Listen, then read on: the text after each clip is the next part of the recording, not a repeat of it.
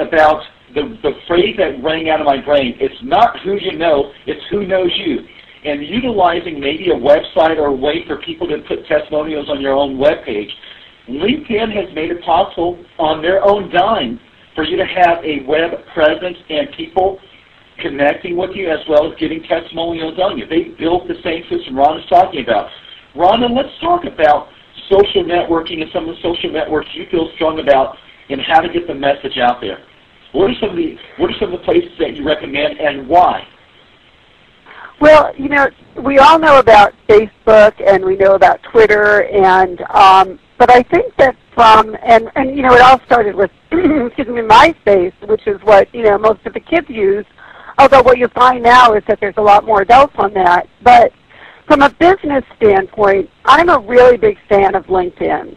And the reason that I like LinkedIn is because it's really putting your public face, excuse me, your public face in a profile that, you know, puts out there your professional experience, your accomplishments, your interests, and also gives you an opportunity to join groups, to create groups, and have others actually recommend you.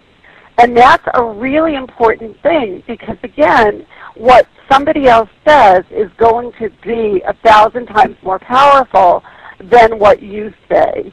So the question that I would say to people as they're putting together their profile on LinkedIn is, what do you want to be found for? You know, and if you can answer that question, then you're on the way to creating a profile that basically is going to intrigue, because it's really no different than your 30-second, you know, commercials. It's kind of like the old expression, well, you had me at hello.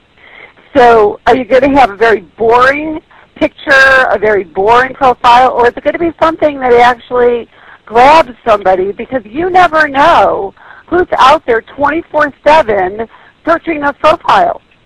You just don't know when you're being watched. It's a very interesting phenomenon how that works. The other thing that you can do is, in terms of networking, and I love this about LinkedIn, is you have the opportunity to find different ways to connect with people from your past. So you can go to your college alumni and find people that have gone to your school, see where they're working, and perhaps send a note of introduction because you already have that commonality, and see if perhaps they may know of openings.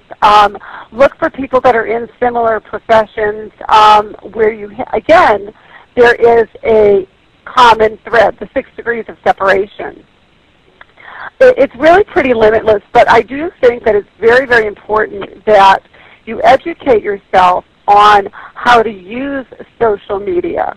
It's not enough to just set up a profile, put it out there, and leave it. And in fact, LinkedIn will tell you your profile is 80% complete, 50% complete. And that's public knowledge, by the way. So when you look at a profile, take a look and see if that person actually did, you know, 100%, 90%. What is it? Because it's very important. It also gives you an opportunity. So looking for a position, put it out there. Make sense? Yep. That's a great, you know, that's an extremely important point. I want to talk a little bit more about that because